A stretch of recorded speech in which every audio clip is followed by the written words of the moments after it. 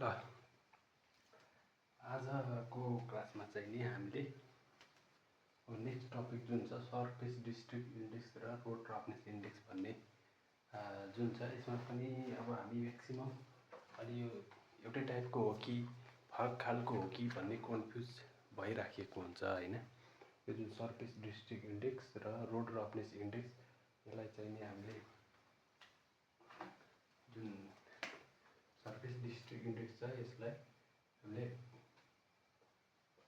SDI पनि भन्छौँ र रोड रफनेस इन्डेक्सलाई आरआरआई पनि भन्ने गरिन्छ सर्ट फर्ममा हैन।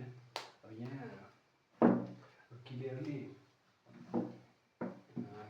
नै यहाँ लेखेको छ हैन।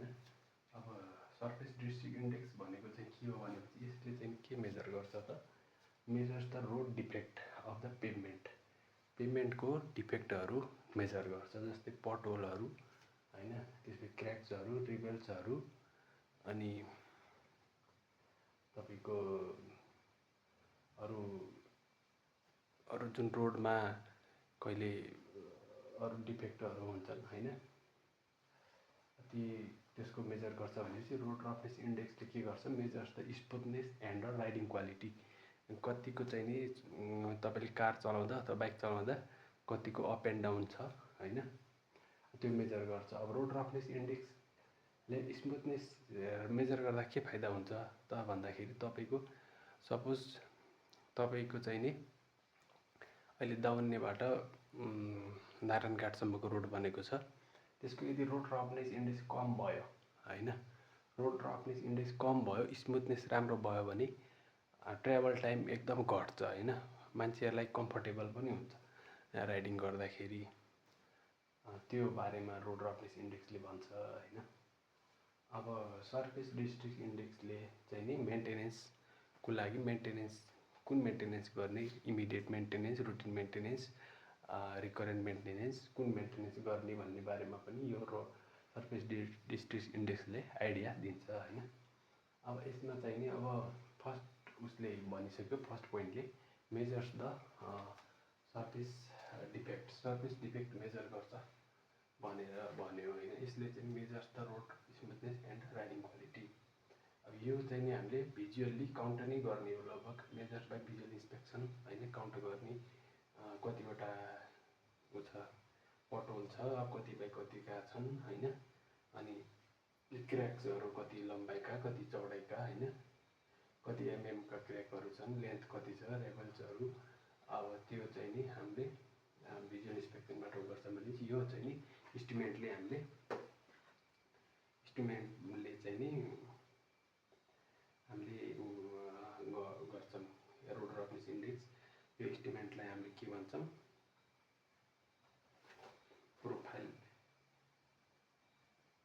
प्रोफिलोमिटर भनेर। यो इस्टिमेट जुन छ यसको चाहिँ नि प्रोफिलोमिटर इस्टिमेट जुन यो मेजर गर्छ यसलाई प्रोफिलोमिटर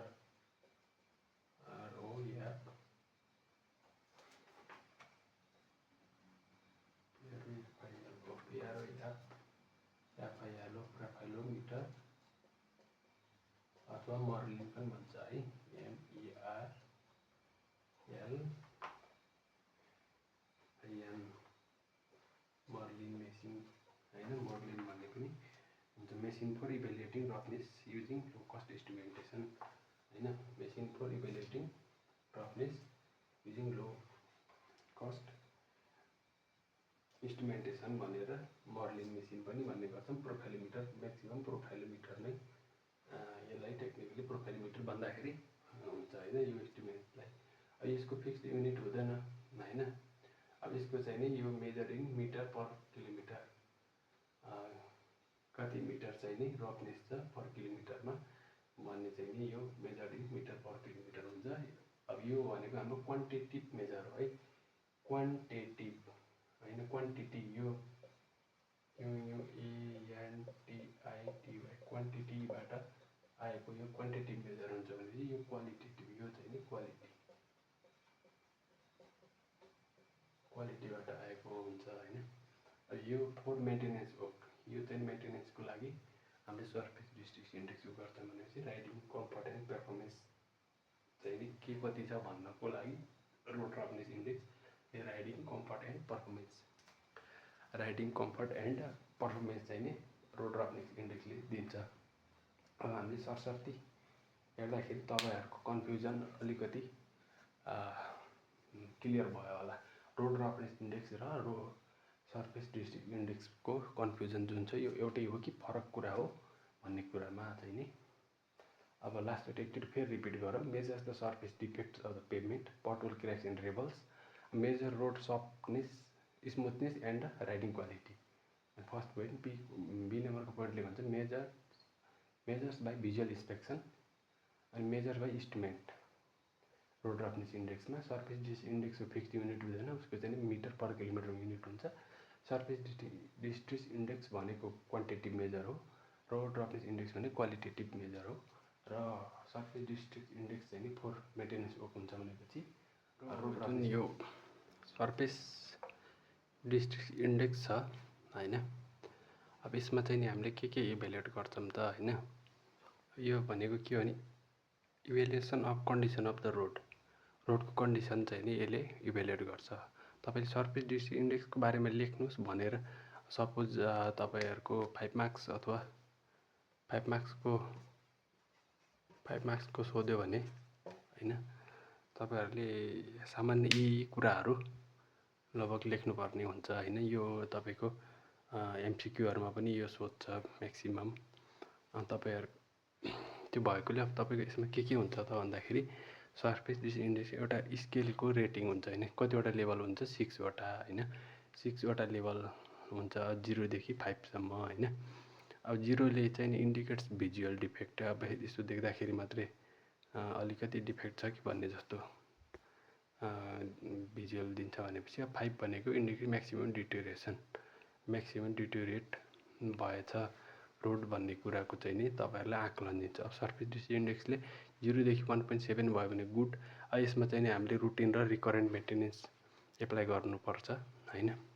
1.8 देखि 3 भयो भने फेयर भनेको रुटिन रिकरेन्ट प्लस पिरियोडिक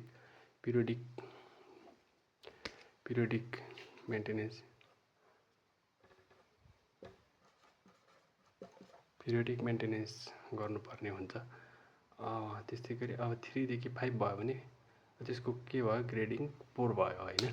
1.8 देखि 3 भयो भने फेयर, 0 देखि 1.7 भयो भने गुड, 0 देखि 1.7 भयो भने गुड, 1.8 देखि 3 भयो भने फेयर, 3 देखि 5 भयो भने पोर। अब यो चाहिँ नि म्याक्सिमम यो याद गरे राम्रो है त। 0 देखि 1.7 मा के भन्ने गुड, 1.8 देखि 3 मा फेयर, 3 देखि 5 मा पोर भयो भने किन ओभरले र रिकन्स्ट्रक्सन। ओभरले जस्तै पुरानो प्रिमिक्स त्यहाँ गिटीहरू निस्केको छ, बेस राम्रै छ भने त्यसको माथि ओभरले गर्ने गरिरहेको हुन्छ। कतिको देख्नु भएको छ तपाईहरुले हैन।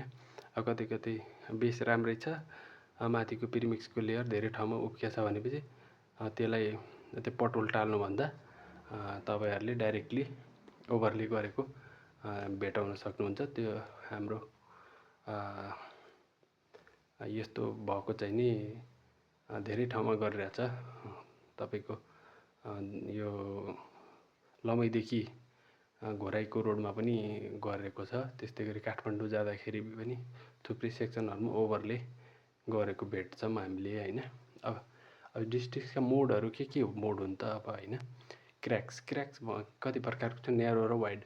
न्यारो भनेको 1 देखि 3 mm को वाइड भएकोलाई के भन्ने, 1 देखि 3 mm को तपाईको चौडाइ छ, लम्बाइ भने हैन है, फेरि चौडाइ तपाईहरुले ख्याल गर्नु होला। न्यारो भनेको 1 देखि 3 mm वाइड हो है त। अनि के अरे 1 देखि 3 mm विड्थ, यो वाइड भन्दा पनि विड्थ हो। यो चाहिँ नि विड्थ हो, WIDTH है। विड्थ भएको चाहिँ नि लाई के भन्छ हामीले न्यारो भन्छौँ हैन। अब वाइड क्र्याक केलाई भन्ने ग्रेटर देन 3 mm भयो भने वाइड क्र्याक भन्ने हैन। अब र्याबेलिङ्स भनेको डेप्थ लेस देन 20 mm भएको चाहिँ नि कुनै पनि डेप्थ चाहिँ नि लेस देन 20 mm भएको खाल्डो छ भनेपछि रेबल्स भन्ने। अझ डेप्थ ग्रेटर देन 20 mm छ भनेपछि के भन्ने स्केभिङ भन्ने हैन। अब तपाईको पट होल भनेको के भयो भने अब लेन्थ चाहिँ नि 100 mm 1 cmदेखि 5 मिटरको हैन। अनि सर्ट एज ब्रेक भनिन्छ। लङ एज ब्रेक चाहिँ लेन्थ चाहिँ नि 100